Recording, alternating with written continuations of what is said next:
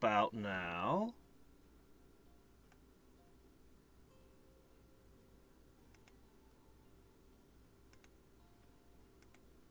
Yep. Alright, now what I'm gonna do is I'm gonna get the, I'm getting the link for you.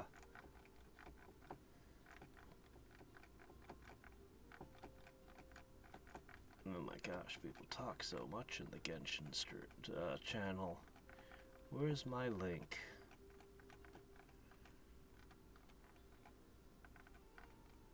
Oh, John found my channel? Okay, hold on a second. I was just about to send it to Dad and him. So John found me. Okay, there we go.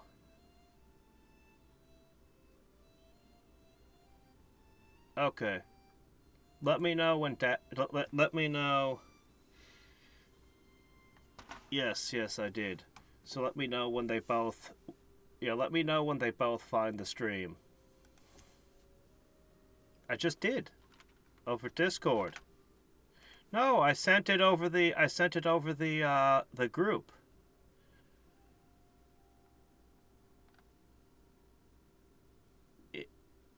It's the group.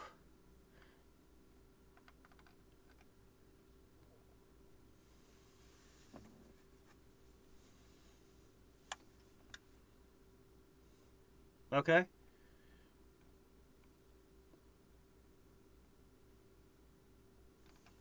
Yeah. Yeah, I'm the... Yeah. None of your audio can be heard. I put earbuds in. Yeah, so I'm the only person who has to watch what I say.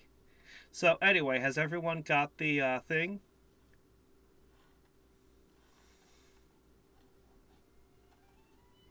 Oh, okay.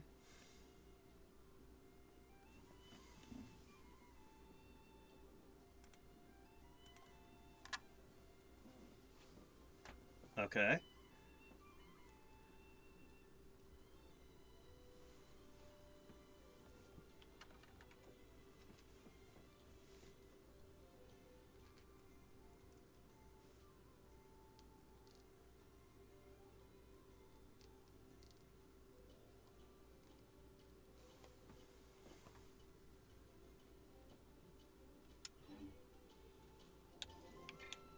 Hmm.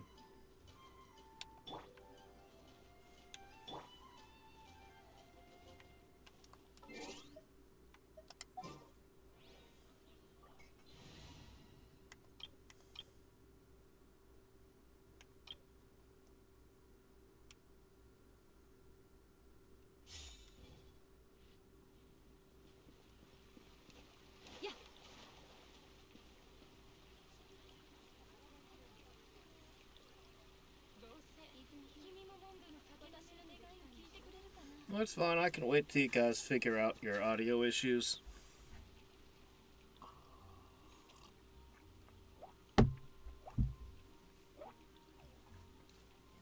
Well, see if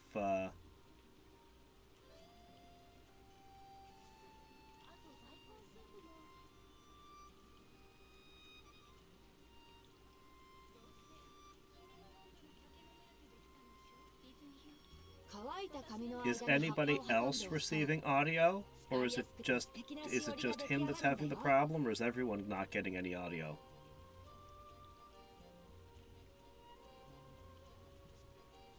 Because at the very least, my voice should be coming through.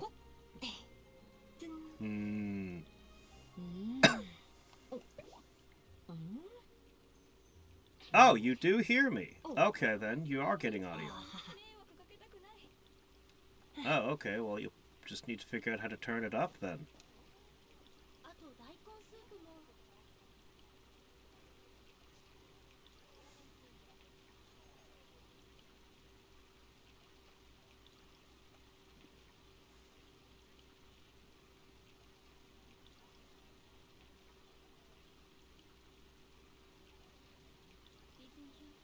Yo! A 6-second delay, huh? That's not the worst.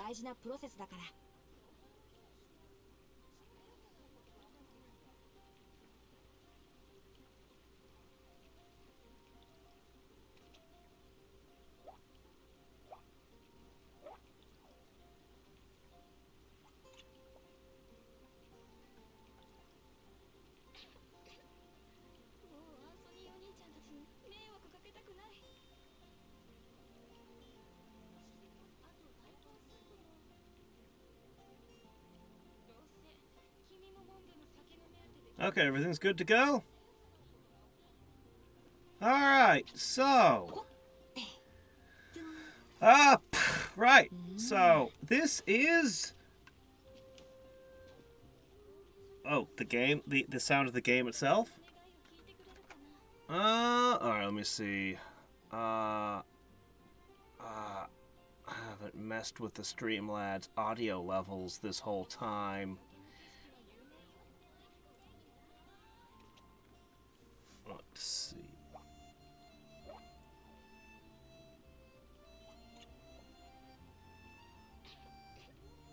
I don't have any black stuff on my face.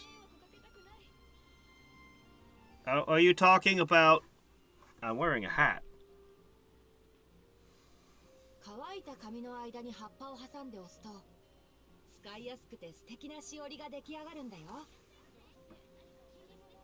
Yeah, I've got a light under me and a light over there.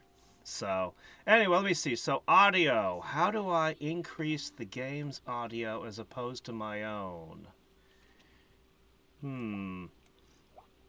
I haven't messed with those settings since, let me see.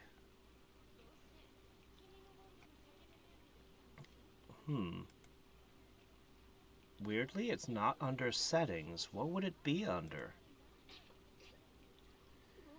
You've got somebody there who uses Twitch a lot. Does he know? It should be under... It should be somewhere in Streamlabs here, but... No, I'm not using that. I'm using Streamlabs. Yeah, I don't know where that is. Oh, wait a minute. Okay, hold on a second. Okay, I found it. Alright, here we go. So, I'm increasing the game's audio. You'll have to let me know if that's... Is the audio better?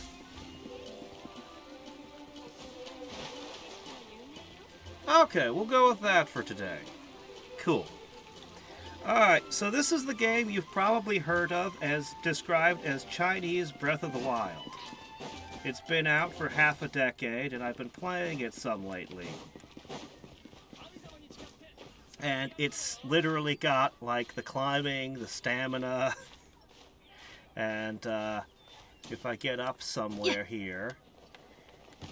Let me see, I've also got a glider. So, if I have a little bit of stamina here, I can show that as well. We've got the glider. Yeah, well, it started out definitely borrowing quite a bit from Breath of the Wild. So this area here is actually the first area in the game. It's called Mondstadt, and it is based on Germany. The characters all have German names around here, and it's... Nope, that would be the Japanese interpretation of Germany. This is the Chinese one. Anyway, so yeah. I can teleport about on the map a little bit, but I'm not really here to show you much of Mondstadt. I want to show you a different area, but might as well poke at the very starting area for a moment here. This place was mostly a lot of grasslands. The grass tends to catch fire if you use a lot of fire around it, and you can spread it around with wind and stuff. Castles, cathedrals, that sort of thing. So, this is the starting area. And you can see some of the areas from later in the game. That mountain over there was apparently the first new area that they added to the game. Just a giant frozen mountain area with cold mechanics that would also sound familiar for Breath of the Wild. The next area, well, actually this one the game started with as well, was Liyue, which is based on China. And actually the first area I'd like to show you is a sub-area of Liyue. But, in this place, the whole terrain and everything tends to be way more vertical. A lot of up and down. Tall, thin mountains in a lot of places. Not so much this region. Okay. So, within Liyue, the first area I want to show is the chasm. This area over here. And this place was wild. I really liked this area. So, this area had been a mine where they were mining for ore, and they had some kind of terrible war with magic and stuff go on here. And this whole area is, well, it's like you see. It's actually quite difficult to navigate if you want to climb up because everything is at weird angles and difficult to climb. But as we go deeper and deeper into it, there were all of these huge seals that we had to break because this area had been sealed in the middle, where I'm heading towards right now. So you had to run around and fight among all of this old mining equipment that had been left for who knows how long. A lot of it's in terrible disrepair. Some of it's still functional. And you go down, down, down into this place. I'm gonna try to move a little bit faster here. Alright. So, when we get to the center here, there should be... Here it is. All the way in the middle, after I broke every single seal, I could go down into this.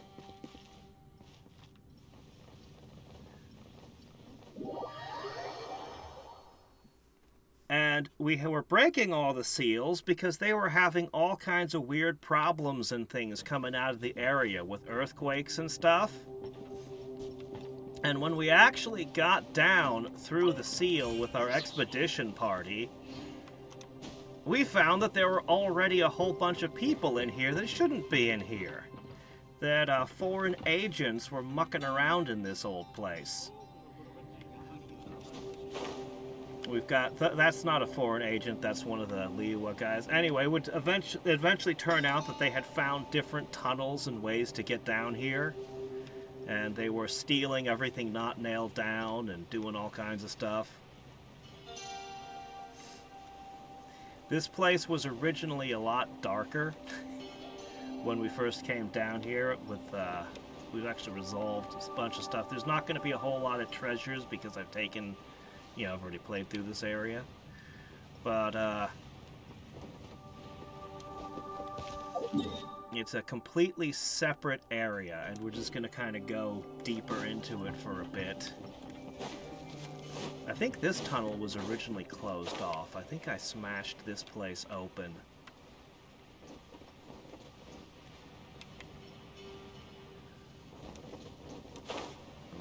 I'm running out of stamina and I'm about to fall and die if I'm not careful.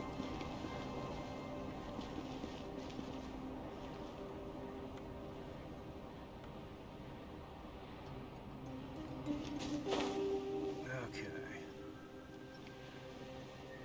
So...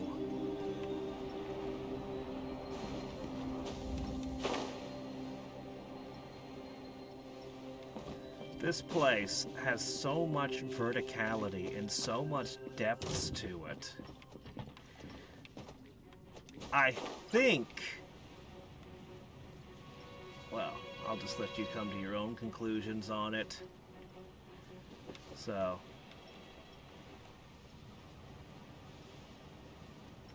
Oh, I missed a thing over there. Well, there's at least some treasure I didn't get yet. I can go ahead and get something here. There's stuff that I can mine over here as well. Let's see. So at any given time, I've got 4 characters equipped that I can rapidly switch between. So at the moment, I've got this Fennec Fox guy. I've got this weird German lady. I've got Barbara, who's a healer. And I've got this guy. At the moment. And I saw a spirit up here. Yeah. This thing's gonna be a pain, that's fine. Okay.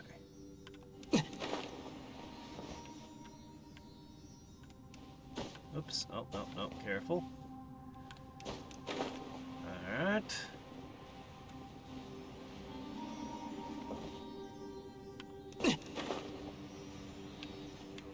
Where are you going? Oh my gosh, why are you up there? Okay, I'm struggling on this.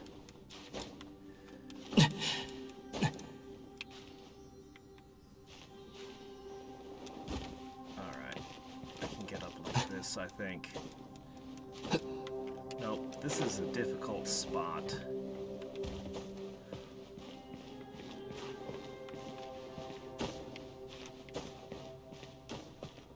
Okay. So I do have a few other abilities. At the moment I'm just using, oh, there it is. Aha! So we got a treasure chest with a bunch of junk in it. And I'll talk about a couple of those things later. But I just think that this is a fantastic area. This gigantic old mine here that had been sealed off.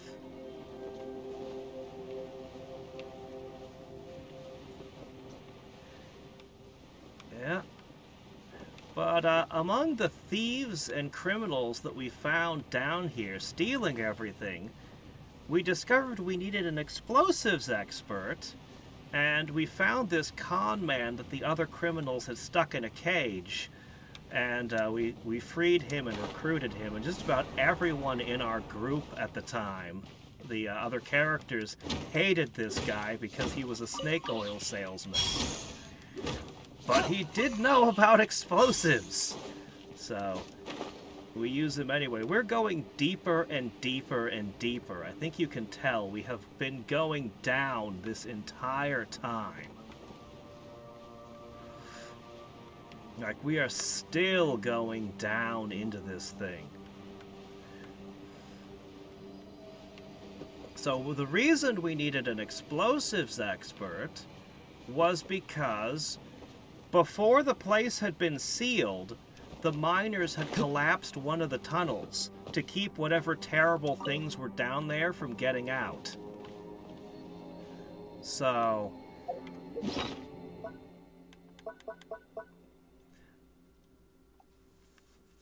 I think, see, that's my opinion, is this came out before Tears of the Kingdom. I think that they saw the trailer for Tears of the Kingdom, and then they made this to try to beat them to the punch. But we'll get deeper here yet. I need specifically... There was an item specifically for this area. I think it was this. Yeah, there we go. All the light that just appeared. There we go. That lets me activate some of these things. Yeah, so this is just a thing to hit a bunch of explosive barrels before the timer runs out. I'm not doing very good. I use a controller, and I actually struggle with the archery specifically because there we go. I got them all. The game's actually meant to be played with a keyboard and mouse, or a phone. It actually launched as a PC and a phone game. So anyway, I don't remember exactly where the place is where we blew open the tunnel that had been sealed. You can see it's got the black goop stuff, and if I step in it, it'll start eating my light. The light thing that I just equipped. And there's this postule, which I can pop. When you first come down here, you don't have very much light, and you can't deal with a lot of the stuff like the goop very well. So let me see, this was an underground river here. Alright. I think I'm going the wrong way. I'm going north. No, it's over here.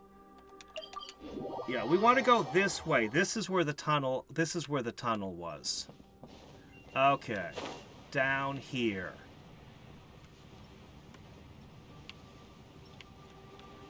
So there's actually still some things I never figured out down here. There's these weird looking rifts like this over here, and I never figured out what these were or how to interact with them. I don't know what these are, and I never figured it out. Let's see.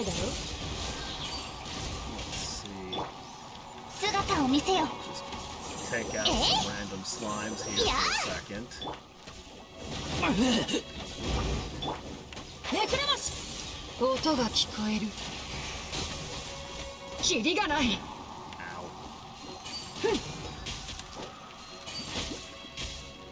What? No, he's definitely a guy. He's introduced as a guy. He's not a trap. He's very much a guy. In fact, the Chinese made laws.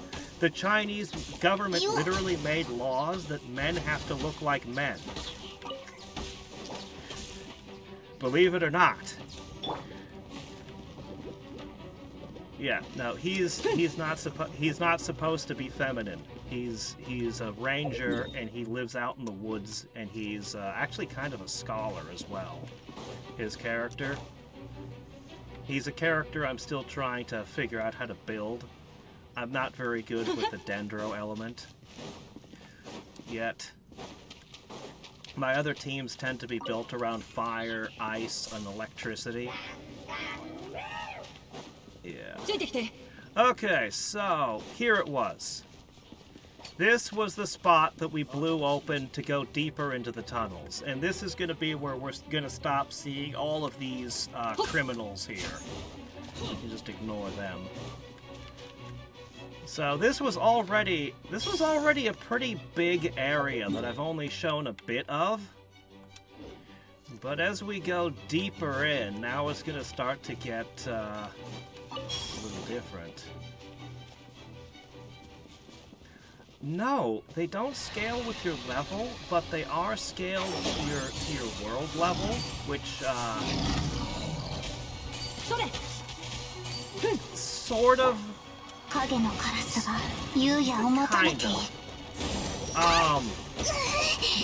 If I put together a team of characters who are all like... If I take a bunch of these level 20 characters and bring them out, they'll absolutely get their butt stomped by everything, because they're level 20. And I can swap around teams and characters to do different things. And my teams are at different levels. Okay, hold on, I gotta do this before I can... One sec. Ah!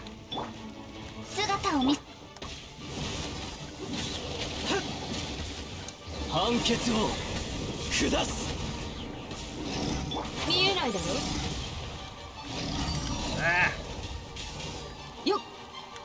Yeah, I have it in Japanese right now.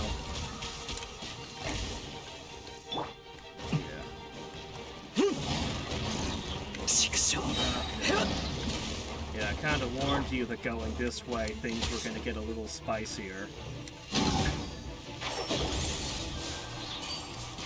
literally the first enemy we meet going deeper in. Not a boss, that's just a regular enemy. That's just a guy. Okay, so yeah, so this party that I've got open right now is still in development, so they're kind of underleveled. If I swap to some of my other characters, we'll be fighting significantly stronger. So basically the game has this thing called your adventurer level. I'm not entirely sure where I can pull it up right now, but there it is. My adventurer rank is 56, and my world level is set to 8. I can actually decrease my world level if I want. And the maximum world level is level 9, which I haven't reached yet. But yeah, I can lower it.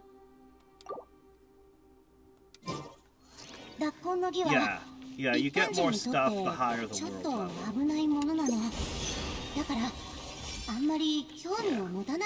It affects all sorts of things. Okay. So when we tried to, with the NPCs that were investigating this, when we tried to set up a base camp past this point, we set up a base camp and they started getting sick. They started getting sick and having to return to the surface, and they really didn't want to return to the surface. But this place is...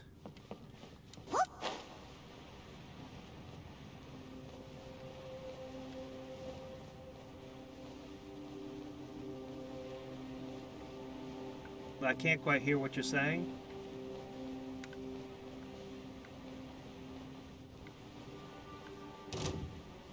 Oh, okay. Yeah, these ancient ruins here. And...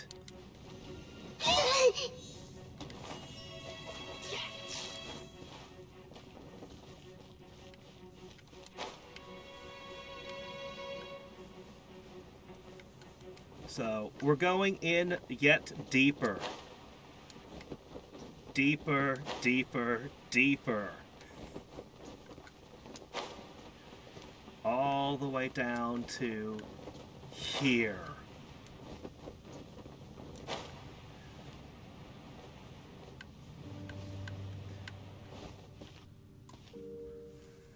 So, this... as I said, I think that they saw a trailer for Tears of the Kingdom, and they decided to make their own underground area based on what the trailer looked like. I think that's what happened. And they went further, in my opinion, than Nintendo did with this area. So this big ruin up here was the last thing we did in this location, although we are going to go deeper. We came back up. This ruins the, I'm just going to call them the local bokoblins. The local bokoblins that you see all over the world, after we tore open and unsealed this stuff, they were freaked out because all these bokoblins were coming down here. They were all running down here and they didn't know why. And in investigating it, the bokoblins, they're cursed. They keep coming back. They can never die. They're immortal and they're slowly degrading over the centuries. This place is more cursed than they are. This is the only place in the world where they can actually die, because the curse down here is stronger than the curse making them immortal. And it'll just kind of eat them away and they'll disappear.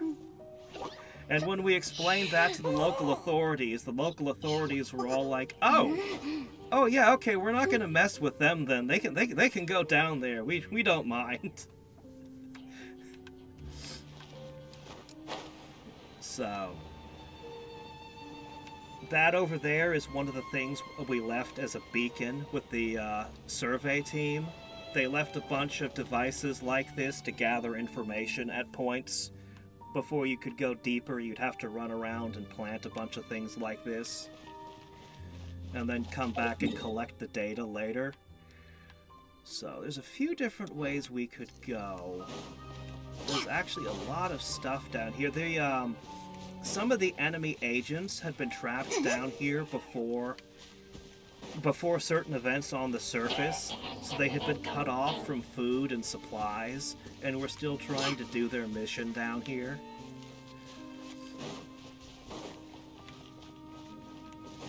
Okay. Let's see if I can find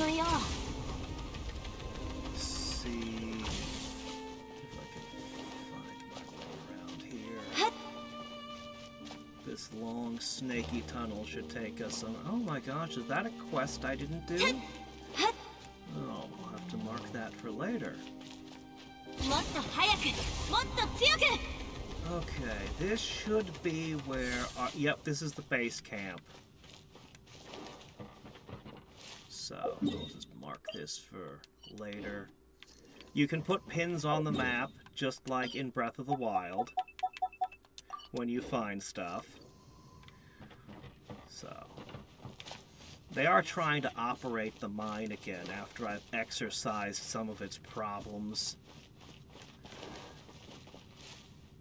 There's a bunch of different things down here I'm kind of skipping past at the moment. Instead, I'm gonna go deeper!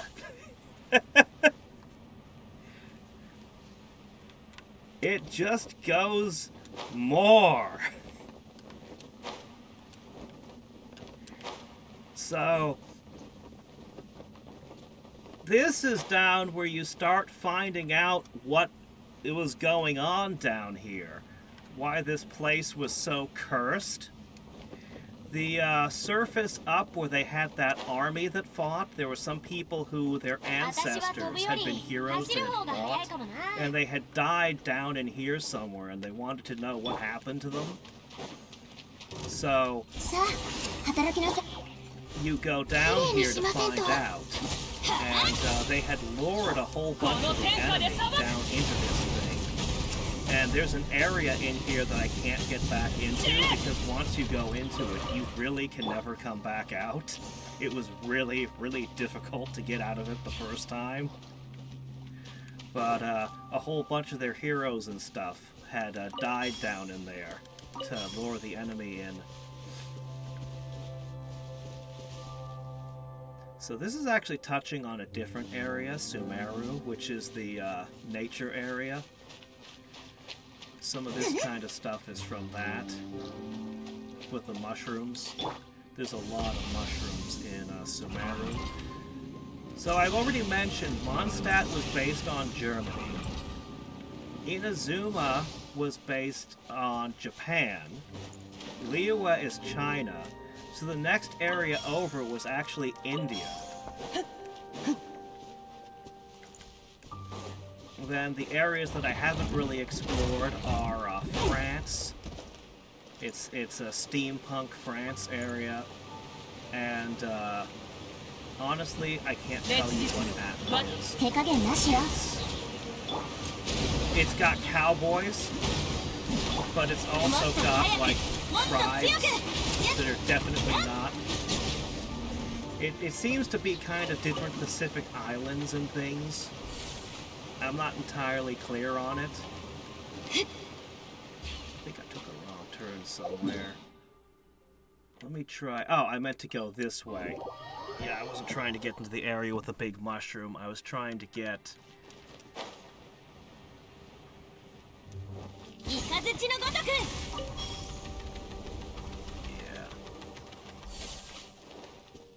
Here we are.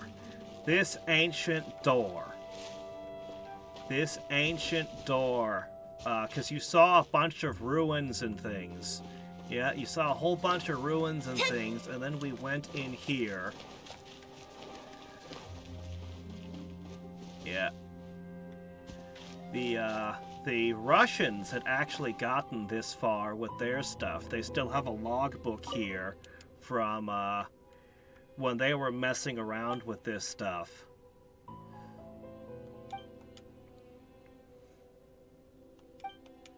Yeah. Talking about stuff that would be relevant.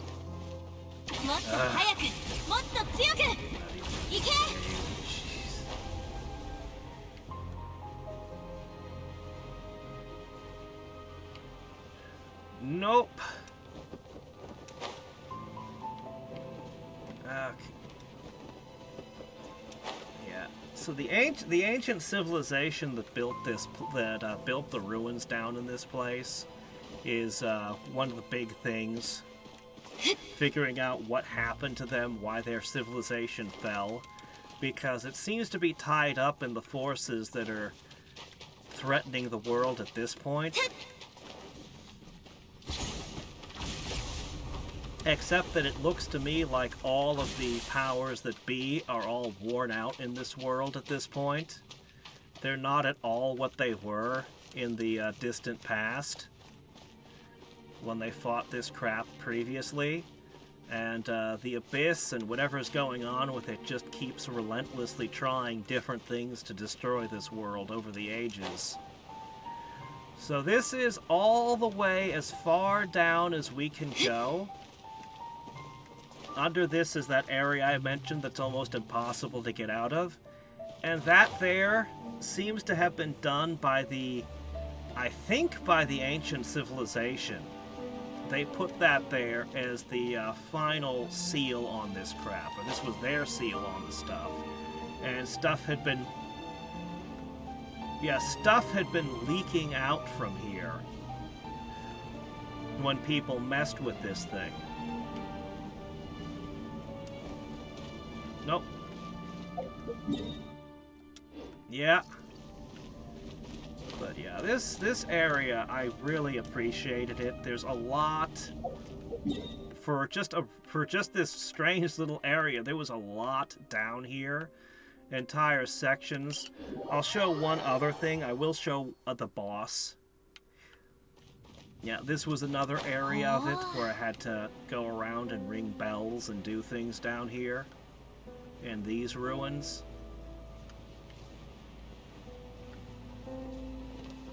The amount of verticality and stuff going on here, this was just a gorgeous, well-realized level. So, anyway, alright. There was one boss enemy down here, left by the ancients, and it is this thing. Over here, surfing around in the ground. Okay.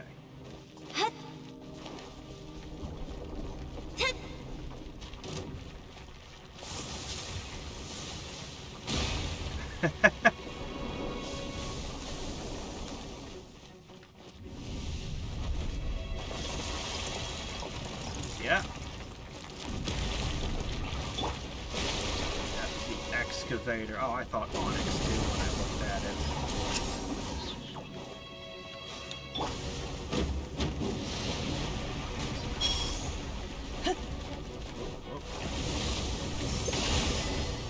Alright, let's see.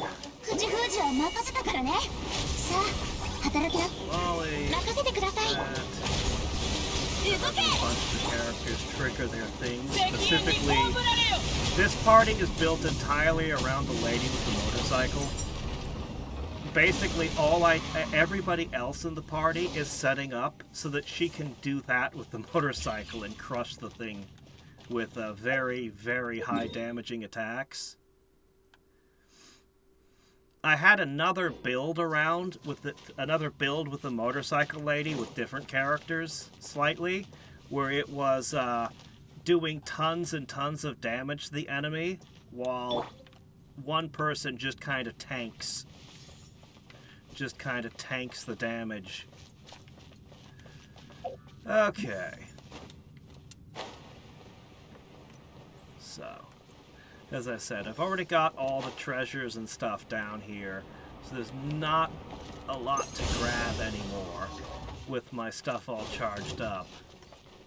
So after this, I think we'll go to an area I haven't done everything.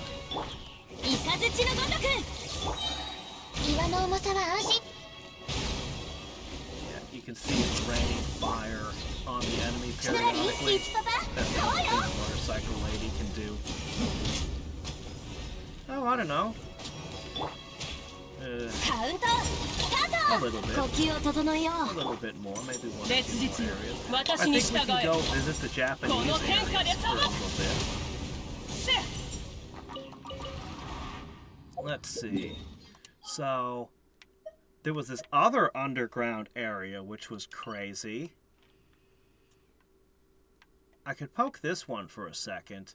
This place is an area where everything is dead. It was deep underground.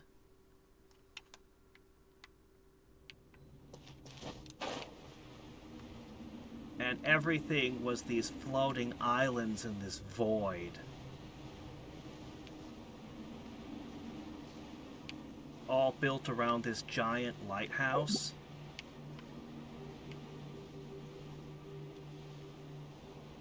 And this place had this weird day and night thing going on, where stuff would appear and disappear based on whether the lighthouse is on or off.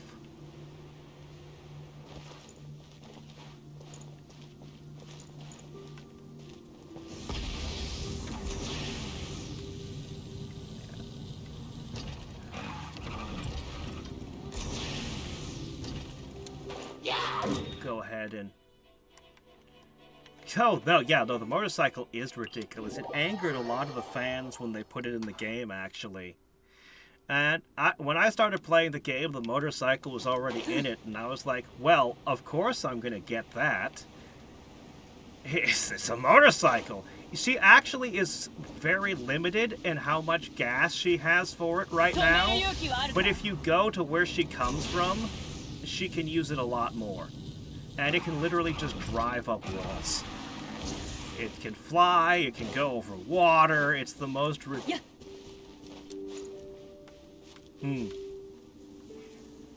Yeah.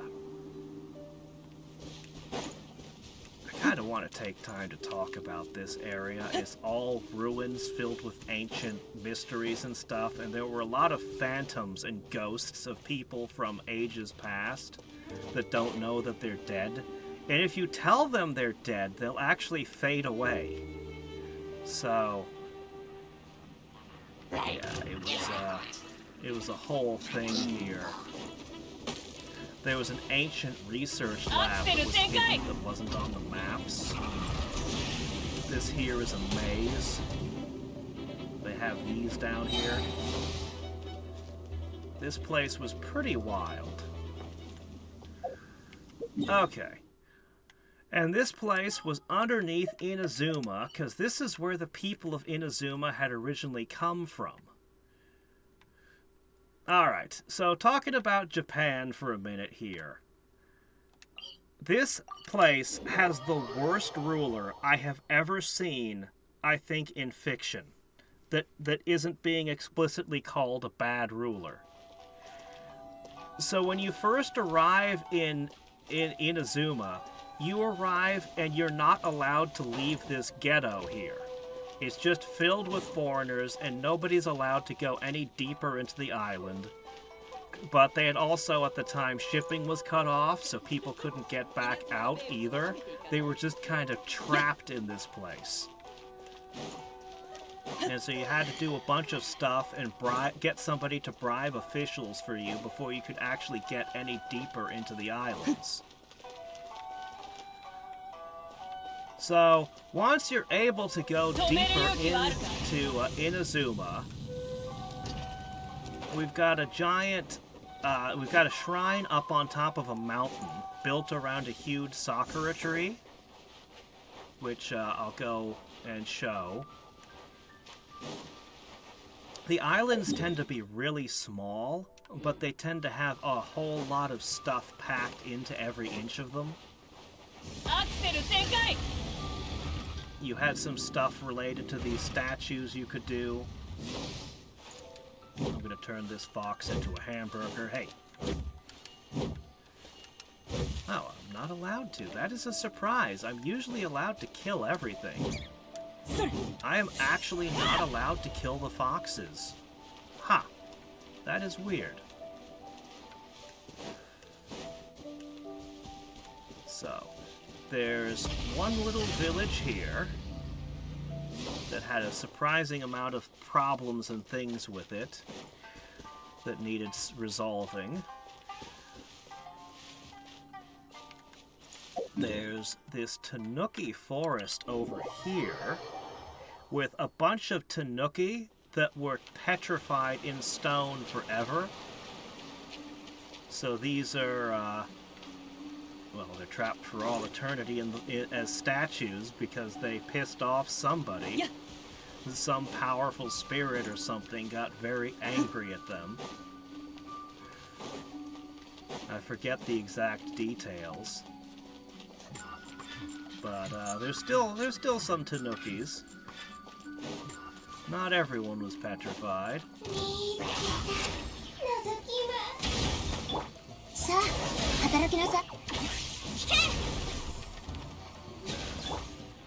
Oh, there she is.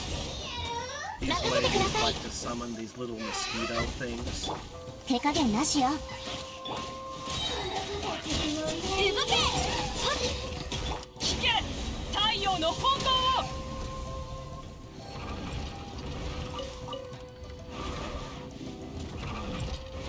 So, this is the weird thing about Genshin. You get so you'll get like 10 XP for a kill, 40 XP if it's a big enemy, and I need so much XP to level up that it'll basically never happen from killing enemies. Instead, you have these materials. They're basically XP in a can. And they have tons and tons and tons of XP, and you get a lot of them. So you can literally just spend these to level up the character you want.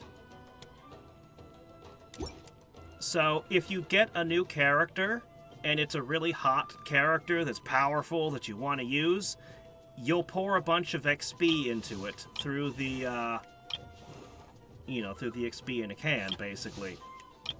And then you just play with them as is, because the enemies are giving so little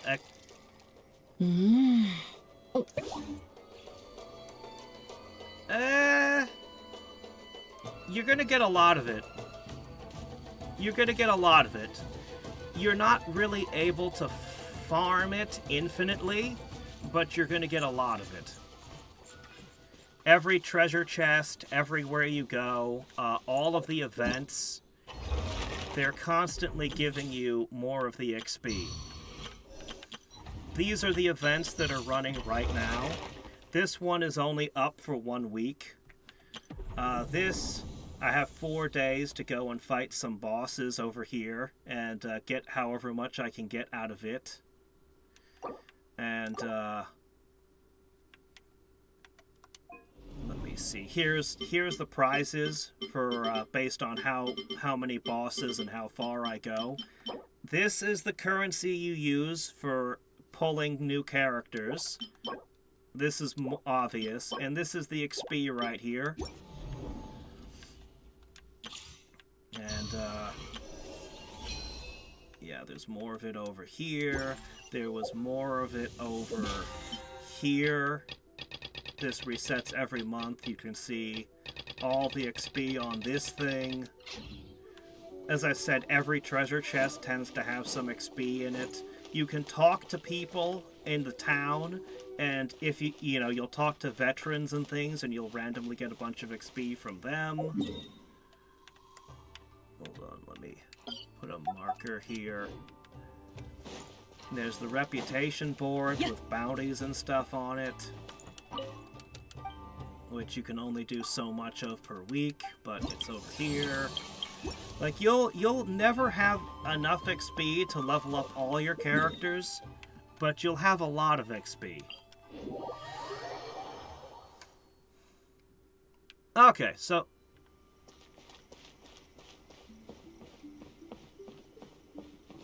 the max level is 90. Okay, so here's Bennett. He is level 1. If I were to level him up, he would gain, out of 19 levels, he would go from 1,000 hit points to 2,600 hit points, and so on. You can see the stats right there. So we go ahead and do that. Yeah, that's fine. Okay. Okay. Now, he's not allowed to level up any further. To level him up further, I have to use these... I have to get these items here to ascend him. I have piles of garbage that he would use to level up. Because, I've been playing for a while. This is actually the beginning of the game character. He's actually still considered one of the best characters in the game, even though he's a 4-star character from the very beginning. A bunch of the strongest characters are actually from the beginning of the game, weirdly. A lot of people talk about power creep, and in some areas there's definite power creep. I mean, that motorcycle is insane for moving around the map. But anyway, if I ascend him, I can then level him up to 40. You can go up to level 90, and then there's something weird you can do that they just added that lets you go to level 100. But that is, like, the absolute limit, and getting to level 100 is hard. Most of your power is going to come from your weapons, which also need to be leveled up, and other things done with them. It's a whole thing. And the weapons do all kinds of different stuff. Then the rest of your equipment is kind of crazy. So you have 5 equipment slots aside from your weapon. And they all have different sets and different effects. You could mix and match parts of 2 different sets to get 2 pieces of one, 2 pieces of the other, or, all kinds of different stuff going on in here. Then you've got the talents to level up, which are the actual abilities. Some of these unlock when you ascend them. And, and there's the constellations, which I'll talk about last. It's safe to say that pretty much nearly all of my characters are at Constellation 0. But this is like the final way you could increase a character's power, and it needs to be probably talked about separately. I don't think that constellations are super important. They can help, but like this one would change how this particular character works. This is one of the strongest constellations. But anyway, you can take the same character and give different builds for them, and then you can set up different team compositions. And most of the gameplay is actually in the character building, rather than in the fighting. Because a lot of it is just figuring out how your team's gonna work, and then you're executing on it. So this is their Sakura tree here, which looks like a fox. Up on top of the tallest mountain on this island that we were looking at from down below. So I was beginning to talk about this ruler, the Shogun. This Shogun, so we've got a town, we've got a temple, a shrine, we've got a city over here, and we've got the city over here that foreigners are stuck in. So this island is well populated. And the Shogun lives over in here. So the characters, their magic powers come from these gems that they have with them. And every character's got the gems somewhere on their character. So you can see she's got hers on her back, that purple thing that gives her the electric magic. Here his is on his hip, the blue gem, because he uses water magic. This guy, he keeps his kind of on his side. But everyone's going to have a gemstone somewhere on their body, and that's where their magic comes from. Well, the Shogun had decided to confiscate everyone's gemstones. Confiscate all the gemstones from her citizens. And the people were very unhappy, and when you took somebody's gemstone away, they lost all of their ambition. these were your most ambitious, best people, like the greatest swordsman that really wants to be the best swordsman, the best blacksmith, the best lawyer. You get one of these gemstones. One of these gemstones will appear to you if you're incredibly passionate about something, whatever that something might be. And the different characters all have different, personalities and things that they're about. This guy likes old books. Okay, she's just crazy. I don't even know what to say about this lunatic. You already know he's a forest ranger. This guy is training to be to subjugate demons and seal them. She's a singer, a choir member, and so on and so forth. They all have their different things. This guy's a vigilante that runs around the city at night beating the crap out of people. And the knights absolutely hate him, but they can't seem to catch him because some of the knights are kind of on his team, sort of. They turn a blind eye to him. Anyway, all the characters have different things. There really is a lawyer somewhere. I don't have her, but there is actually a lawyer somewhere. Yeah. So anyway, she's busy she's busy taking away all the most passionate, most accomplished people's source of their power, basically. So this island over here, when you first arrive at this place, this island has been rendered uninhabitable. There's all this energy pouring out of this place here. This has a giant furnace that they were using to mine and refine some kind of jade steel that they were using for their best weapons. And this place had gone to hell. Energy was pouring out of it. It was constantly dealing damage to you while you were in it. This entire island was uninhabitable when I arrived, except for a little military encampment up here. This island over here was also rendered completely uninhabitable. The last refugees were leaving this place. There's a giant snake monster that the Shogun had killed in the past. The remains of it over there. And there's a thing going on with puppets in this land. With these crazy puppets.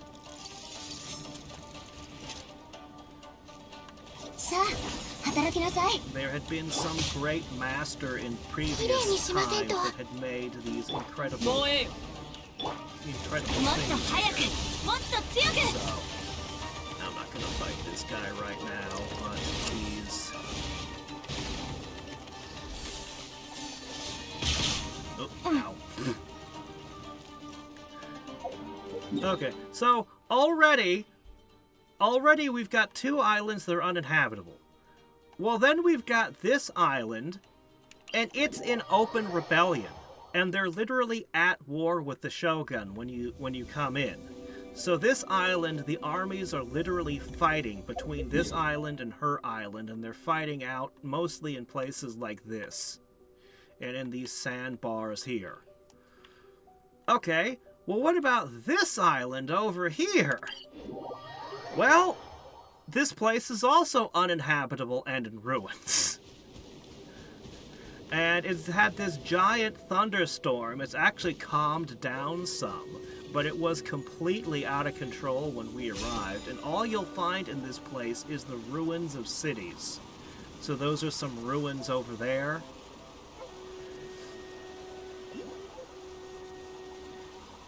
Oh, did I miss a thing? Well, I would say that she failed as a ruler. This all happened under her rule. She's been ruling this place for like 1,000 years.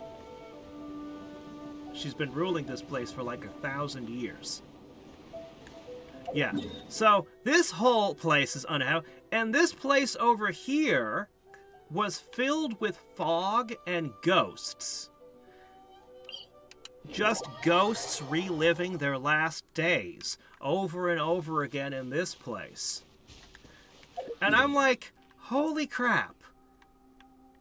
There's only 2 islands that people can still live on, and you're at war with one of them. What in the world kind of ruler is this? Well, you eventually find out the Shogun is basically a spirit that has sealed herself in a sword. And the thing that everyone thinks is the Shogun is a puppet. Is a puppet that she had commissioned made ages ago that is still running on the same programming. And the Russians figured out how to manipulate and get it to do what they wanted it to, so that they could get what they're after. But it's been... Their ruler is a puppet. So... yeah. Raiden Shogun. And they have this statue. This is where they had stuck... We got everybody their gemstones back. When we first came here, all the gemstones had been stuck on this statue. Thing is, I still don't know what this statue is. I don't know what this statue is of. But it's a statue of something. And they were putting all of the magic gems into it. So... don't know entirely what was up with that or what the plan was. Well, the Russians got away with the source of the Shogun's power. In the first area, Mondstadt, they stole the Wind Archon's thing. They ripped it out of his chest in front of you. In the second area, they made a bargain with the Earth Archon and took his power away. It was pretty wild when you arrive in Liyue, actually. Anyway, in Inazuma, they got her power as well. So they've got Wind, Earth, and Lightning. They've stolen power from 3 Archons. And I'm up to Sumeru. And I'm willing to bet they're going to get the Dendro Archon's power next. But if I'm going to show one more area, I should show Chenyu Vale. This is my favorite area in the game, and I stumbled onto it kind of out of order on accident. But this place, they really knocked themselves out making this place.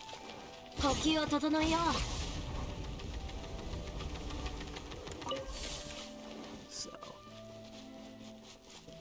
yeah, it's way it's way greener than the west of Liyue. You can literally see it on the map how much greener this area is.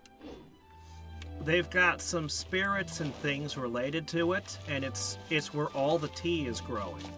And when you first arrive there, the last crop tastes really bad, and nobody can seem to figure it out. And some people are trying to do different fertilizers and bringing in technical experts from other regions. And you're finding out that, nah, it's the spirits. It's the spirits that are here. One of them is very unhappy and wants to oust all the humans from this whole area, kick all the guys out. So I find that everywhere I go in this place, it's just gorgeous to look at.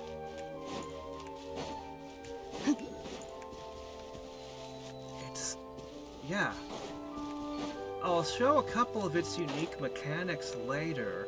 Somewhere around here, I got a guy to... Yeah? Well, we're in China. Yeah, we're in China here. Uh-oh.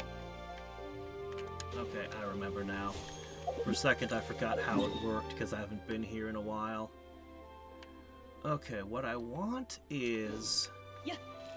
I want to see if I can find a boat. There should be a boat around here somewhere with a guy basically doing gondola, or it was a raft, but basically he'll take you up the river, and he'll tell you all about the history of the place while you're riding. While you're riding under these giant arches and things. Ah, there's one. Let me see. Where? Okay, and there's another one coming the other way. Where did they dock? I think they docked over here.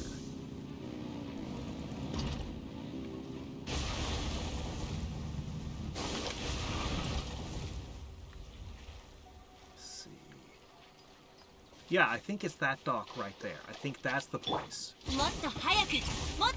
Yeah. So the characters that have these crazy movement abilities, like the motorcycle, came from Natlan, which is a region that was really, really big. So all the characters in that region had abilities to basically get around and move fast. Okay, yeah, here we go. Yes, I'm here to take the boat. I'm gonna go take a seat.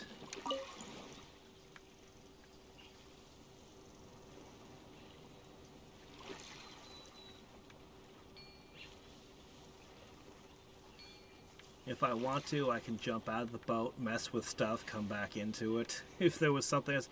And when you're first riding down the river, there's all kinds of treasures and stuff to explore and do all around it.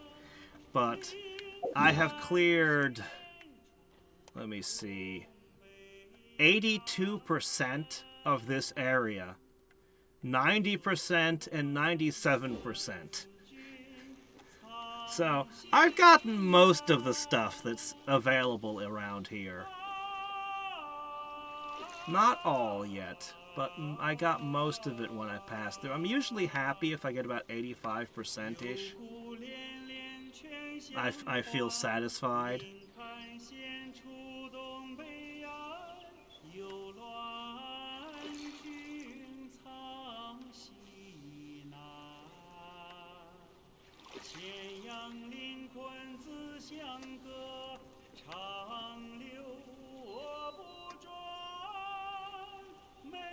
I'm on a boat.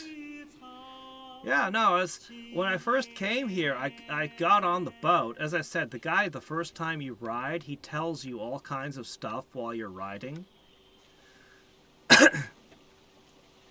Giving you kind of a tour guide kind of vibe as you're going down this river.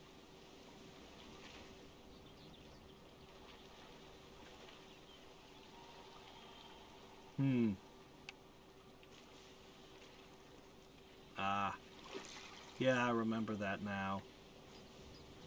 I haven't seen Dot Hack in so long.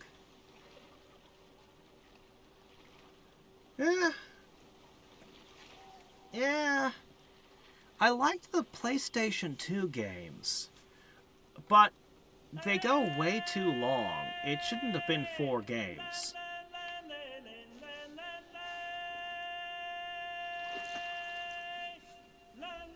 Oh, I haven't... Yeah, I don't know anything about those.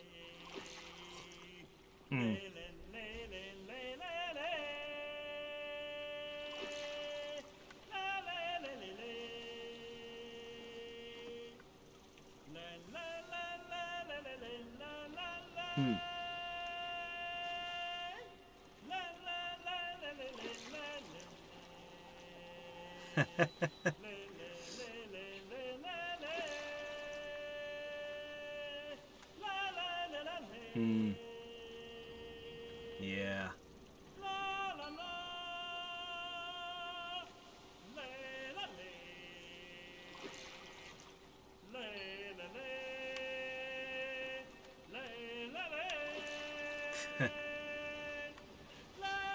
That's a deep cut there. Yeah.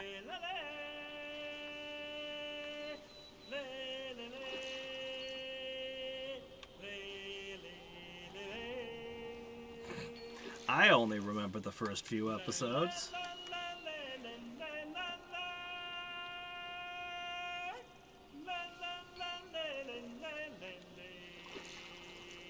Hmm. Yeah.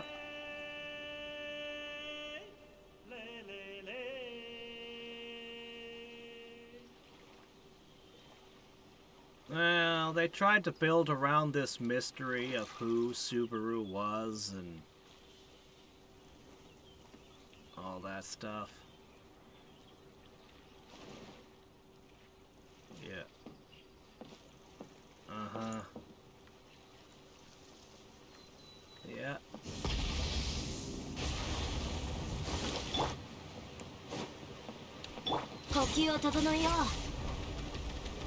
Ah! I caught the elevator. Oh, I fell off. Shit. I almost caught the elevator. Almost. Hmm.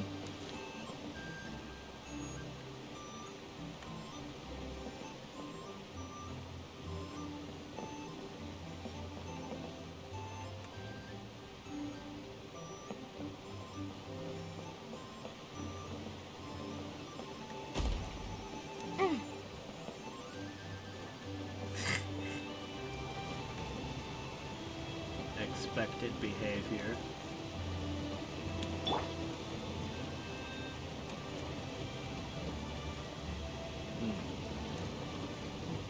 Huh. Really?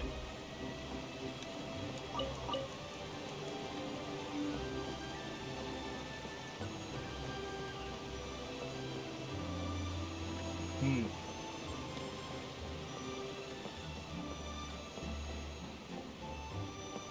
Oh, great.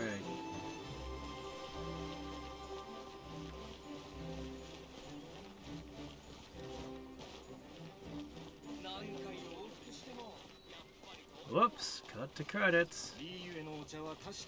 Yeah. I mean, even just the way, when you walk around the places a lot of times, you'll find that they framed really beautiful shots like this.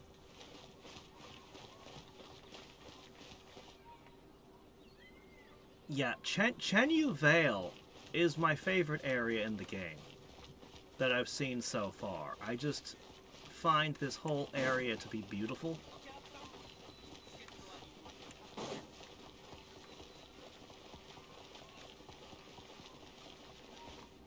The Chinese made it, so I'm gonna assume they know it looks Roman to you. Huh? Oh.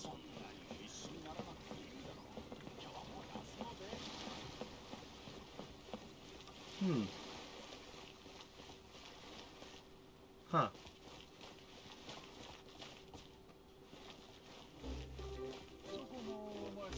Hmm.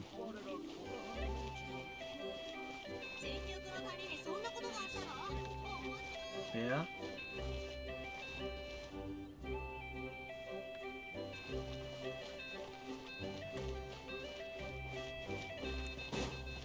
Hmm.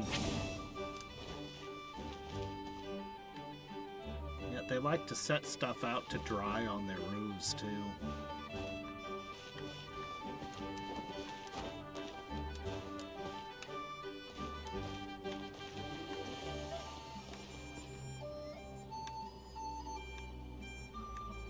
Well,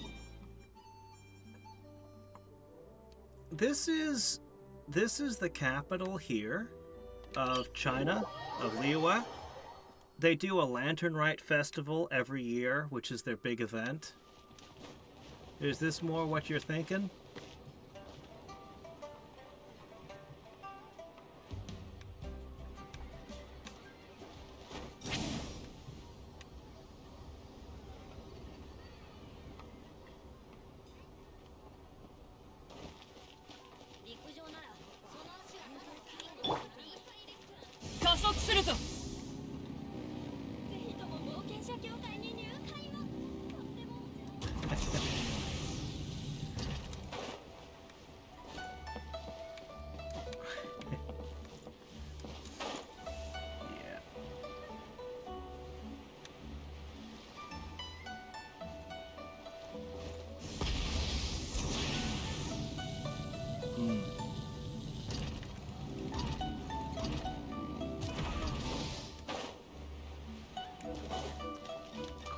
few, I'd imagine.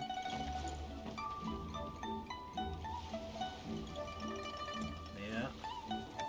And that's where the rich people hang out on that boat. Invitation only.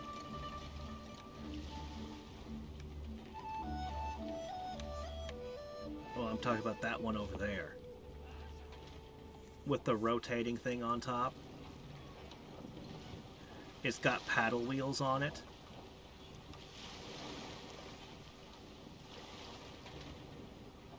Apparently the Chinese had paddle wheels going way back somehow. I was very surprised to learn that.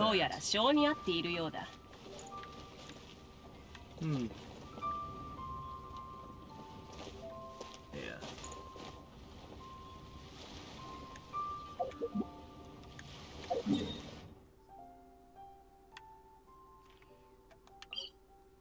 Oh, I can go up here still. Okay.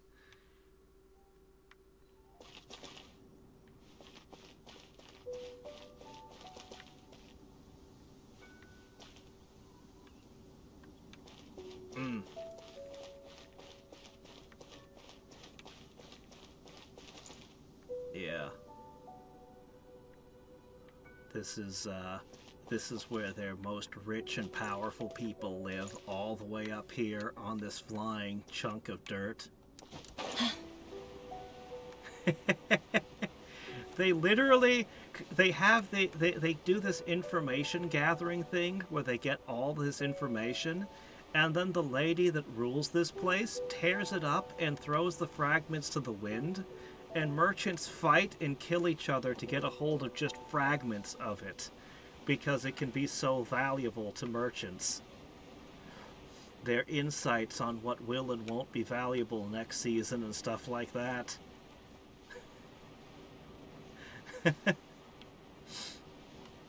Okay, so... yeah, I've more or less given a tour of the thing. I'm currently in Sumeru, which is over here, which is India.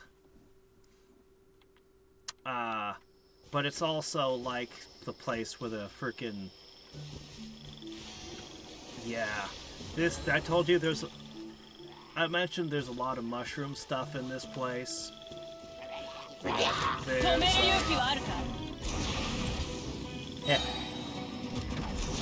There's a whole rainforest thing going on out here, because this is where the Dendro Archon lives. Basically the nature mage. Yeah, every region has different music, and some of it's really good. There's a treasure chest over there I could get. There'll be stuff that I haven't gotten all over the place around here. I'm not entirely sure what's up with these flowers, but they probably do something. Yeah. I will grab this, though.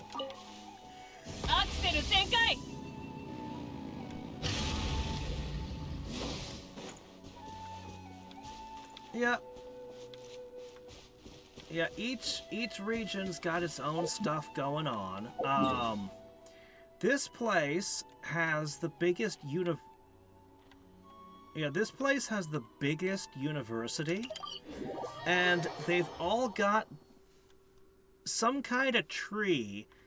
They've somehow the Dendro Archon puts knowledge into the tree somehow, and everyone's walking around with these green things on their ears, and they're basically able to access the tree. And it might as well just be an internet that only works locally. It's kind of a local internet. They give it to you, and immediately you try asking a bunch of questions, and it's just like, no access denied. Nope, can't ask about that. Nope, can't ask about that. It's like, why can't we ask any of these things? Ah, well, you're foreigners. You don't have any security clearance to know anything. You can look at pots and animals and plants and know what they are. But when it comes to people and rulers and politics, no, you don't get to know any of that.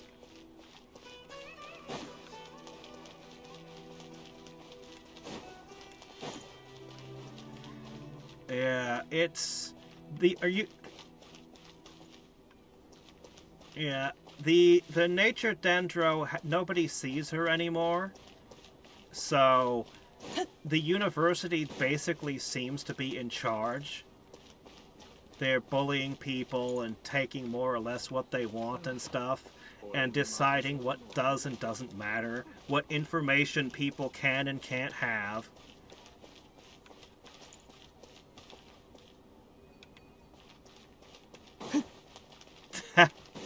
So inside the city, you know, it all looks like this. But the moment you step outside, suddenly we're to thatched roofs and poverty. Like literally right outside their gate.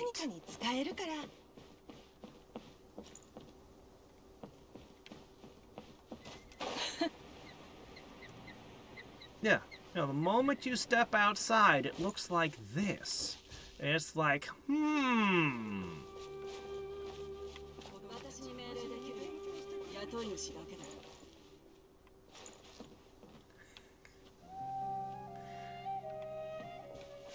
It took me a little bit to figure out what was up with these little lean-tos with leaves on them, because they couldn't possibly protect you from the rain with all these gaps, and then I realized, oh, wait a minute, this is shade. This isn't supposed to keep the rain off, this is supposed to keep the sun off. But this is, again, this is poverty. This whole area... well. Wow!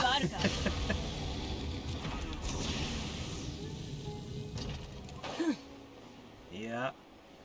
And this place is absolutely huge. Yeah. Okay. But also part of this region is the desert. A gigantic, sprawling desert. And I'm not entirely sure what's up with it, but I suspect that in the past the Dendro Archon may have done something to make the one area so lush and green. And that there might have been a cost. But I'm not sure. Yeah, something like that. Yeah. If I had a wind element character, I could blow the sand off this, because I can see there's a chest peeking out a corner of it. But I don't have one of those equipped. Yeah. But yeah, big rolling desert, sandstorms, that sort of thing. What's interesting, though, while you've got the stone in one area, there's a lot of wood. This is clearly a tree stump. And over here, as I said, I'm still new to the area, so I don't know its history yet, but this is clearly wood, not stone formations, right? But it's all weird. So I think that the Dendro Archon did something or fought something in this area and used her powers to the max. Because, well, I think the previous Archon died, and there's a little kid that's the Archon right now, is what I think is going on. But nobody's seen the Archon in years. Yeah. Could be a puppet ruler, could be, you know, any number of things. So, anyway.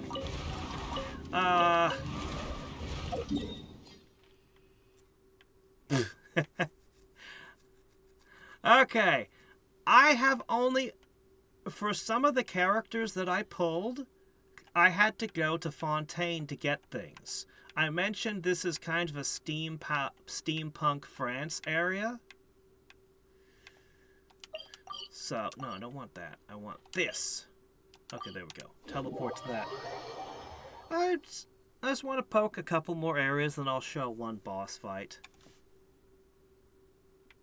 Yeah, and then we'll pack up.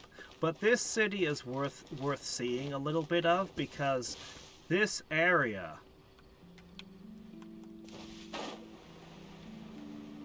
it makes the other areas feel small. The other cities. Like, you saw the capital of China, and you saw the capital of Japan, and then you look at this place, and it's built on an entirely different scale. This is the, this is where the water archon lives. When you're in this region, you can breathe underwater, and you can dive and swim around underwater as much as you like.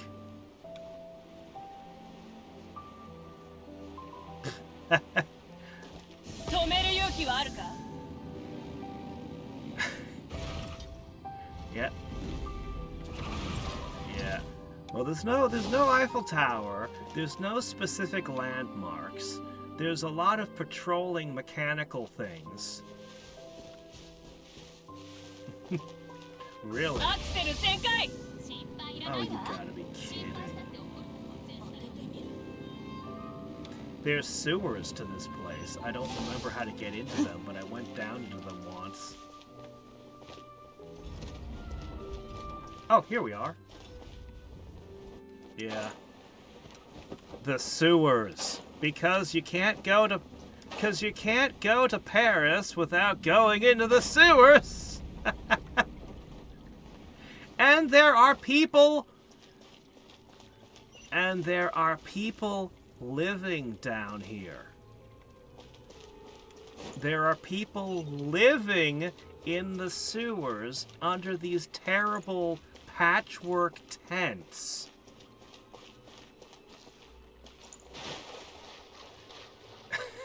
This is just this is just garbage floating in this. But yeah, no, it's anyway. So I haven't explored much of Fontaine. I only came to get some items. Natlin over here, as I said, this is the area that's the hardest to describe. I don't really understand. But the mechanic here is you can turn into a bunch of the different monsters and play as the different monsters in this area. So. Then there's... Yeah, this is a holiday resort that was released for the summer event. And it's literally just a tourist trap. I really liked this area, though. Yeah. I really liked this particular island here. Because if you go down into it... So... We'll just go straight into it here. They have a whole thing that you do running around in here with guns and stuff, basically paintball type stuff. There's all of these villagers and things that come out and talk, and it's all cardboard. This whole tourist trap area. Yeah, it's a big Hollywood set. You're having an adventure that's all pre-scripted, where you're fighting off the banditos, and there's the sheriff and the different stuff going on, and it's all with these things popping up and down and moving around. And this here was the rail, because you were riding a rail car through it while you were doing it. And it was a whole thing. It was a whole big adventure. And this, out of all the holiday resort areas, this was, to me, the most interesting by far.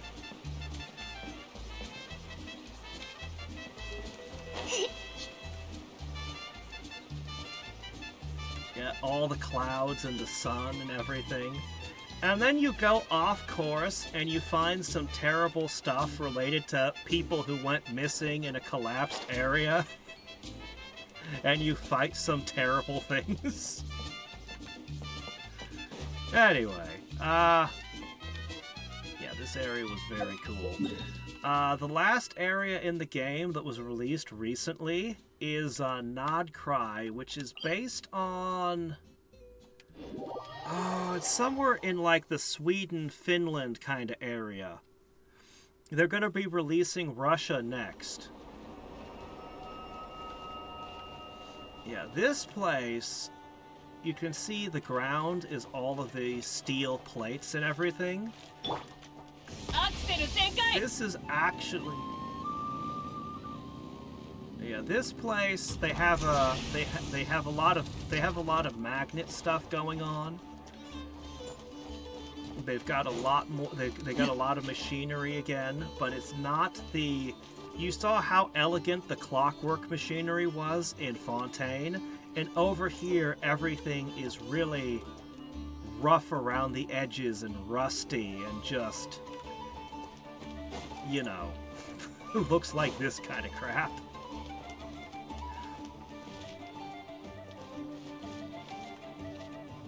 Yeah, nothing is clean and nice about the designs of the machines in this area. But they've got a local mad genius. The storyline here, they've got problems with the Wild Hunt. And they've been fighting it for a very long time, and it's been getting worse, and they have this whole thing with Lightkeepers and stuff. And so the mad scientist has really saved the day by building a giant cannon that shoots what might as well be nukes.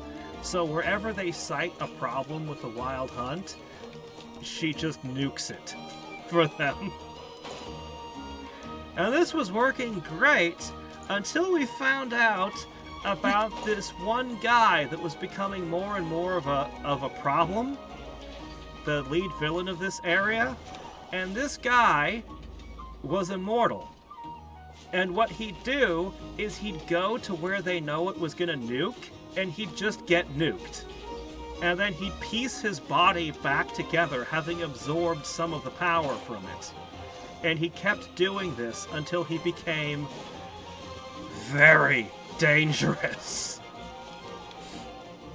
In the end, characters that had been talked about at the beginning of the game in Mondstadt when the game was released, like Varka, the head of the Favonius Knights, that players had only ever heard of, this big, powerful knight because he was out doing things. Yeah, he's over here fighting this guy, and he's losing. Like, all of these powerful people from different areas, the Russians, who have been more or less the lead villains for a lot of the game, you're allying with them, and they're fighting this guy. Everyone's fighting this guy, and they're losing. And there's some pretty epic anime battle stuff where they're fighting him. And finally, at the end of the quest line in these islands, I'll pop over here for a second. This is the Russian area where they've set up shop. And you can see that it's a lot better than the crap that the citizens had. Anyway, in the end, we basically opened a portal and pushed it and dragged him through it and closed it. And I think the portal went to the moon. Like, that's how we got rid of the guy. We could not kill him. We could not win a fight with him. So we just teleported him away. But yeah, the Russians, they're building shit like this. Wow. This whole area... Yes. Yes, they're Robotnik. That was a guy Cossack dancing over there. Then he noticed me. I'll move along. Yeah, you had to sneak around and break into this place and do some Mission Impossible crap in here. There are machines over here.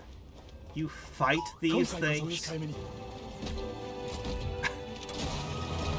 Like, yeah, these guys, yeah, these guys, man. Yeah. They've got tons and tons of soldiers, tons and tons of crap. They're the ones I mentioned, they keep stealing the different powers from the Archons. Yeah. Alright. One last thing we'll do is I will do one of the bosses. and then we'll talk a little bit about the systems. Okay. I will do this one. Oh, you can also do multiplayer. You can have up to 4 people playing at once. Alright. So this team is built entirely around Skirk, and basically they all just set up so she can do a lot of damage. And she has a few different ways she can do it. So anyway. Yeah, well. So this here is a chessboard. Ow, ow, ow. 我が命を聞きたまえ。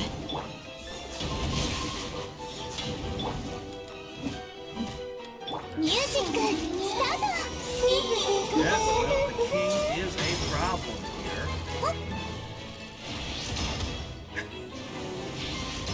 If I can get him to crash into his own. I'm getting him to crash into his own pawn here.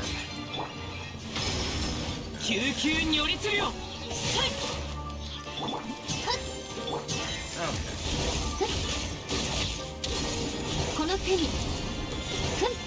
Hold still. Okay, I've already taken out almost half of this guy's health. Oh, shit.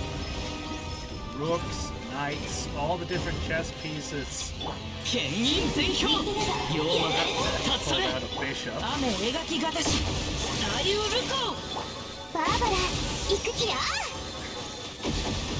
Oh, you see, this was from Mondstadt, which is Germany. If this had come from Liyue, then it could have been Shogi or Go or something.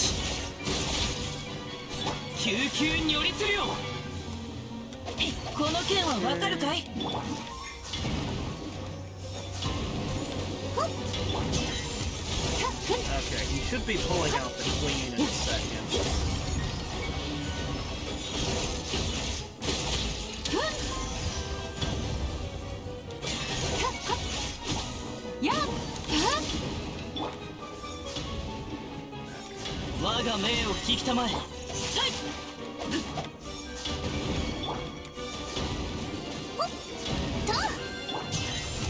This team is all about ice, which freezes enemies solid.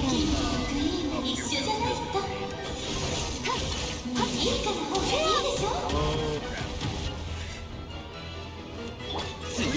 A lot of different pieces on board.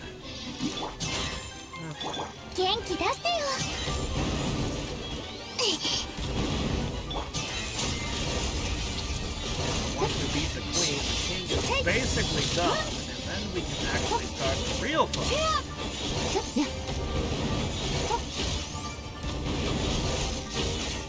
So the person who set this game up is the big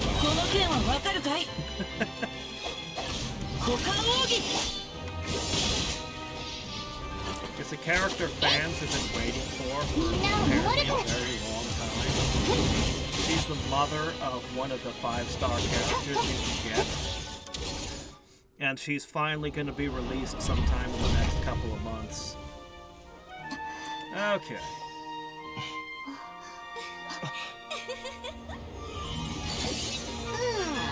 なんでおもちゃの姿を借りなきゃならないんだい？アリスさんじゃないみたい。よくやったね。でもまだだよ。ここからはわしが相手だ。万物を直視すれば断りが見える。逆に見れば真実が見えてくる。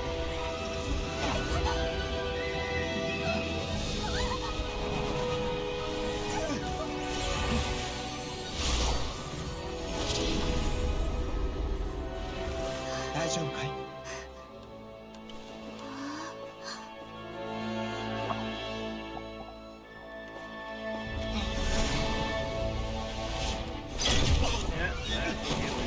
Second part of this fight. Just the king and queen.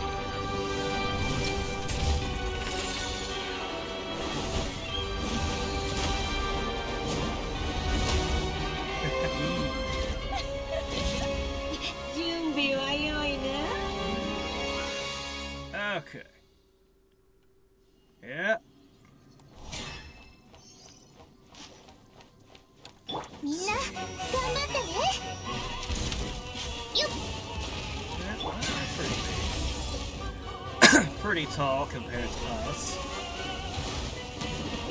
Okay. So right now, charging their ability right now. Waiting for them to do something in particular. 牽引全票雨描きがたし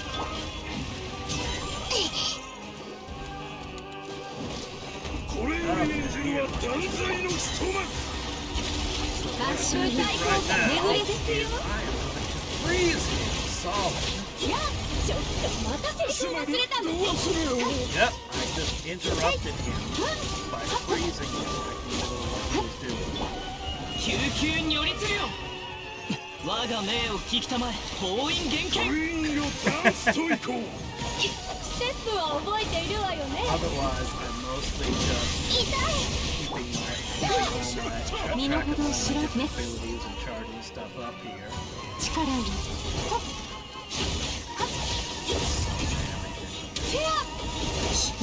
Am I? Is the game gone quiet?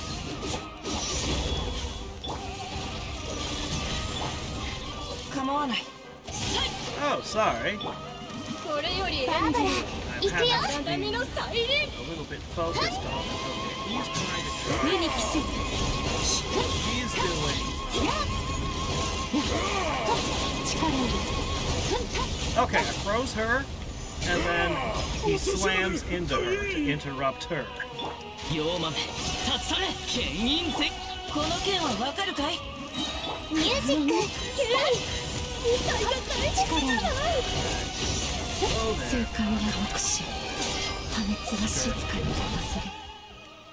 Well, Skirk is down, so I'm gonna have to revive her.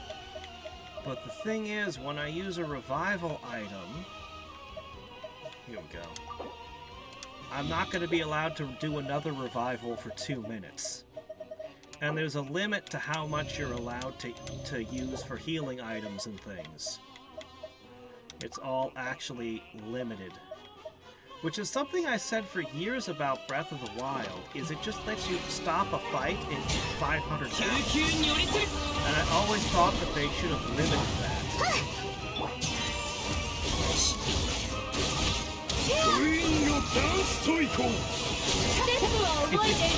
And you just do it all the time, too.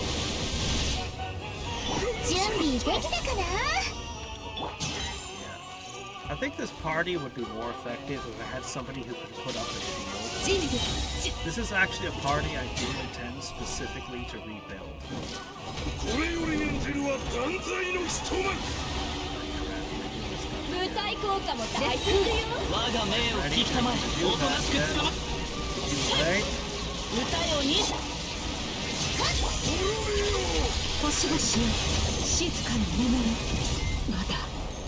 Nope, you got me. And I'm not going to be allowed to revive for a bit. Unfortunately, Skirk is kind of my entire game plan here, so I'm actually in deep trouble. So Barbara here is currently set up to be a healer, and she's not a very popular healer. She's a character you start the game with, you get very early in the game, and it's very easy to max out. But for various reasons, basically her healing works more like regeneration than straight just instant healing. But because her healing is based on her maximum hit points, you build her to have really high hit points, kind of by default. So she ends up being, she ends up doubling, she ends up being able to double as a tank.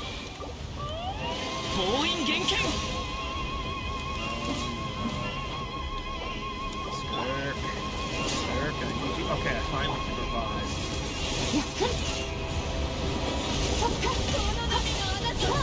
Freeze! Too late. No, I couldn't interrupt her. I'm probably gonna walk out of the fight here. ステップは覚えているわよね。 Yeah, I don't think anything I have can survive their big attacks if I can't interrupt them. 元気出してよ。 And it's gonna be 2 minutes before I can revive Skirt again.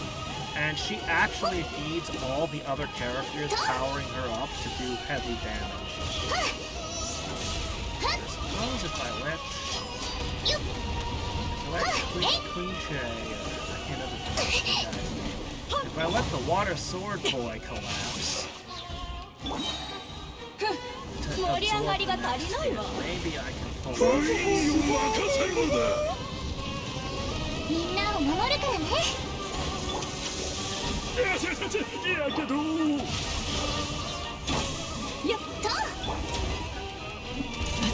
49 seconds till I can revive. これより演じるは断我が命を聞きたまえ。舞台効果も大切よ。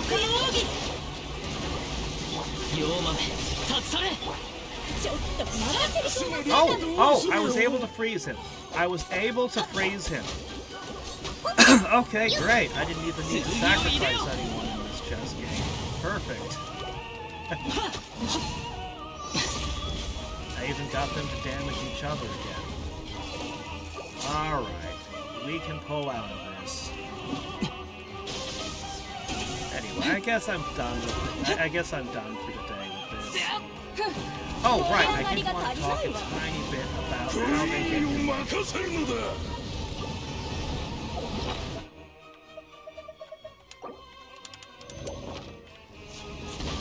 我が命を聞きたまえ。やけど。ミュージックスタート。えい。準備。 this fight here. Go on, try to do something big. It's the Queen's turn. Come on. Okay, 次 first. を入れよ。荒波の再臨。万象よ巡れ。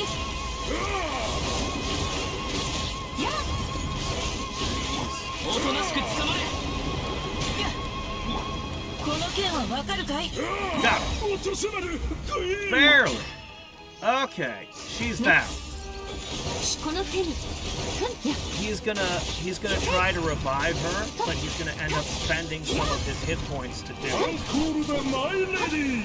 手が旅スポットライトを浴びましょう。 Half his health 牽引 is 全 half 票。 of his remaining. 元気出してよ。 I should be able to just クイーンよダンスと行こう。ステップは覚えているわよね。準備できたかな。ぐんしまった。剣を入れよ。歌よ錦となれ。雨描きがたし。 Alright, I'm all charged up. これより演じるは断罪の務め。星々静かに舞眠れ。台効果も大切よ。この舞台に心震わすラストソングを。 Go down. Come on. Come on. Almost done. 正解は目視。破滅は静かに渡せる。 Yeah, well, it's just kind of tough. 痛い。 Alright, got it.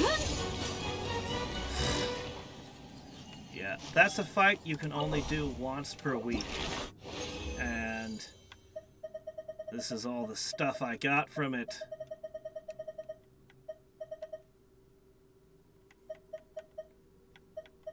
Okay. Right, alright. Last thing to talk about with Genshin is the gacha. Because it is a gacha game. So, this is the full list of characters in the game. And the ones that are lit up are the ones that I actually have. As you can tell, I don't have a lot of them.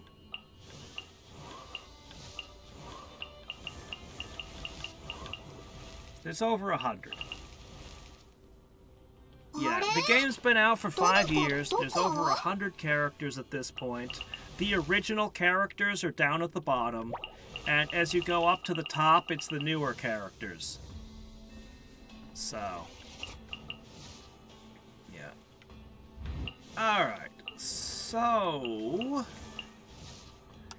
how do you get them? Well, every time you open a chest, complete a quest, or do just about anything, you'll get a certain number of Primo Gems, which are these star-shaped things over here.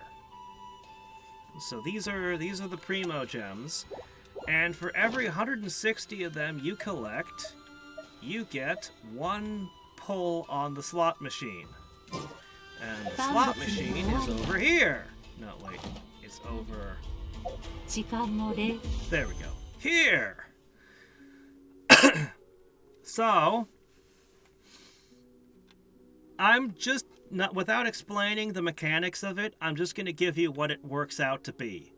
Basically, there's a 5-star character on this banner named Arlecchino, and there's a 5-star character on this banner named Zhongli. Either 75 or 150 pulls, either 75 or 150 pulls will get you the character. There's randomness. Yes, you could get it on your first pull. Theoretically, you could go all the way to 90 pulls. Yeah, it's... well, the averages are so strongly aligned that, like, nobody goes to a full 90. The math on it is, like, really, like, it's like 1 in millions. So, well, somebody's had it happen to them, definitely, because the number of people playing the game.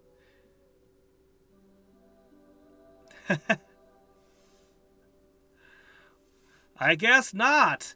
But anyway, at 75 pulls, you're going to get a 5-star character. You know, that's the averages, how it's going to work around there. And it's a coin toss whether or not it's the character on the banner or just some random character. But if you fail the coin toss once, you'll definitely get the character the second time. That's 100%. So 150, theoretically 180 is the unluckiest a person could ever be. But it won't happen. Theoretically, you could get it on the first pull, and there are people who've gotten 2 5-stars out of 1 10 pull. Now, the other 3 characters on the side of the banner, you see the 3 ladies on the right side of it, those are 4-star characters. Every 10 pulls, you're going to get a 4-star something. And those 3 are the ones you're most likely going to get. So, well, now we come to how they actually make their money. So, if you play for free, you're going to get one of the characters that you want every couple of months, give or take. I'm sure it slows down when you run out of game to explore, but, you know, every couple of months you should be able to pick up one of these guys for free that you specifically want, and you're going to get a smattering of random 5-star characters. Particularly from this, you get a certain amount of free pulls in this one, which is the standard banner that's always present.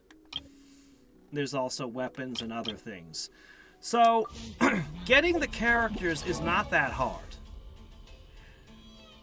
Even any character in the game, if you're patient and you save up, you can definitely get the character you want.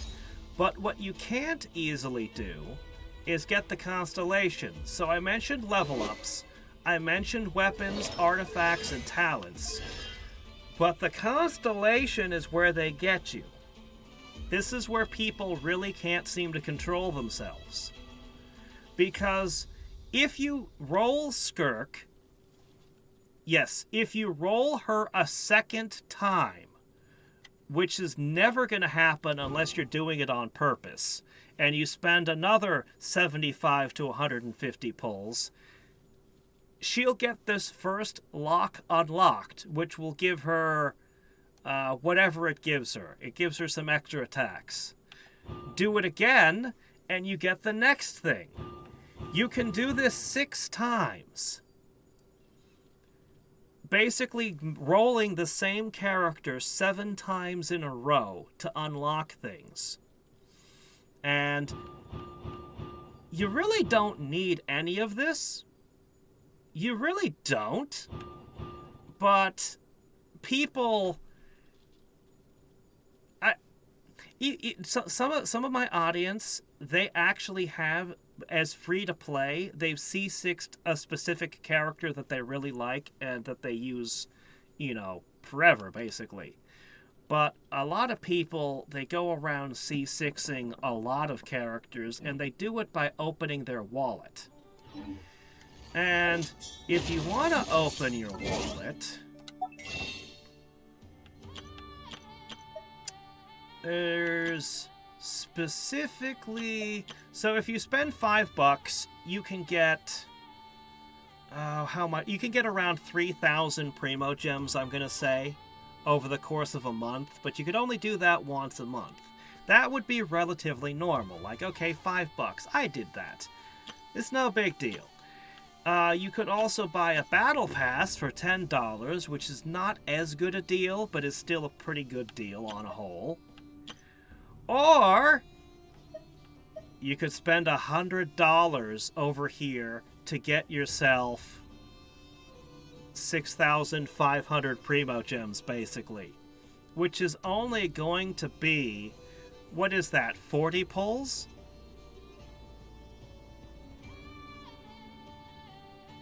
This is where people, this is how this game makes billions of dollars. Billions with a B. Okay, it says on it... Yo, yeah, this one game by itself out-earns the entire company of Nintendo. And this is it right here. This is where it happens. And oh look, the first time you buy it, you'll get an extra 6,000. Oh, what a deal. Yeah, not really. Anyway. Yeah, this is where they get you. Yeah.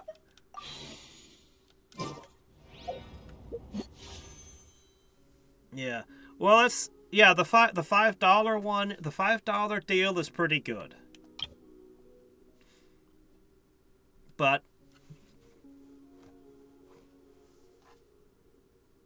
yeah. And I've only mentioned the 5-star character and the 4-star characters. I didn't mention what you get the rest of the time. And the answer is, you get crap. Everything else that comes out of this thing is garbage. So every 10 pulls, you'll get something good. In 75-ish pulls, you'll get something great. And the rest of the time, oh look, this is a piece of crap. I have no use for this bow. And everything else in the gacha is just like that bow. Everything else is just crap. Some of it's useful.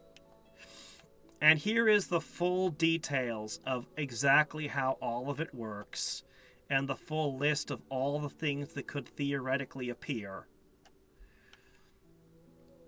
But yeah, everything in the 3-star category here, there's maybe 3 items that are actually good, and you're going to get so many of them that you're going to be able to outfit any character you want with them.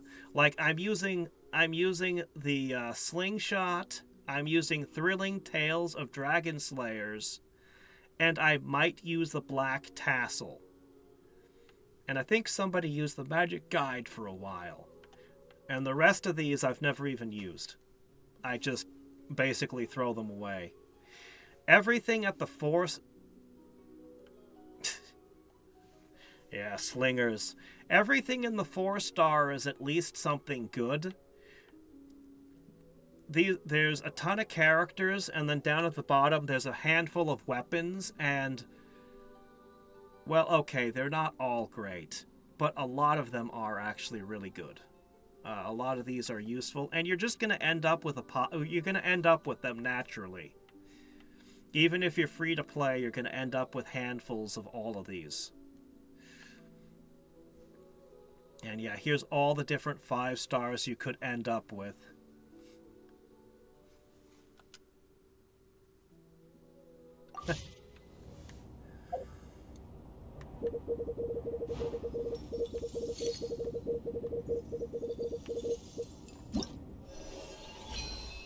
Yeah. So anyway, that's Genshin. The only other thing I could mention is the user-generated content over here. They introduced this recently, and basically people can make their own games inside of it. Yeah, I saw somebody make Minesweeper. Somebody made a kind of a Dark Souls kind of game using the Genshin monsters and assets and things. It's still early days. The fans were very unhappy with the monetization system for this particular thing. It feels like a different game that was stapled onto Genshin. But, you know, we'll see what people make with it. Yeah, there's thousands and thousands and thousands of things you could play around with made by random people. So, you know. And the only monetization is literally just costumes. Character costumes. It's purely cosmetic. So if they want to be pirates about it, it doesn't bother me all that much. I should mention one last thing. This is basically about as good as a gacha game gets with its monetization. This is about as generous as anyone ever gets.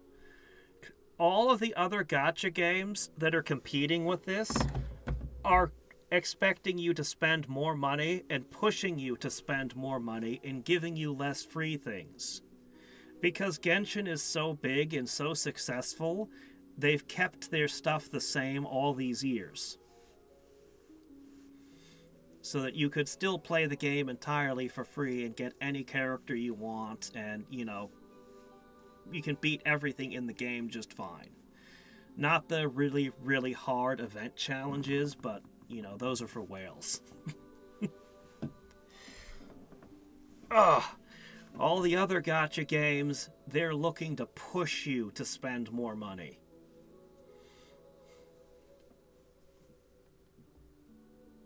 Yep. And I figure I'll be finished with the game when I'm done exploring it, because I'm only really here to explore all the different regions. I think that they've built a fantastic world that's just fun to move around and explore and fight stuff. I already mentioned the combat is mostly in character and party creation. There's all kinds of different ways you can build characters and parties and do different things. You saw me freezing the enemies. That was an interaction between ice and water. I would hit them with water, and then I would hit them with ice while they're wet to do that.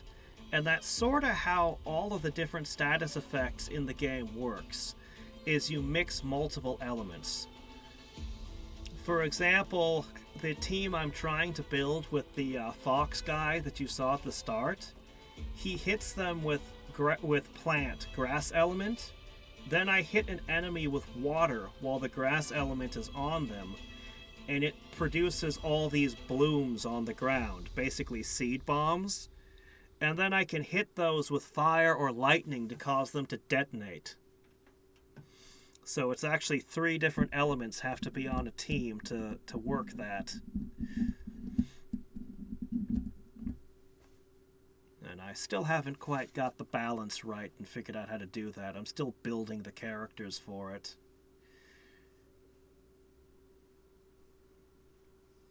Anyway.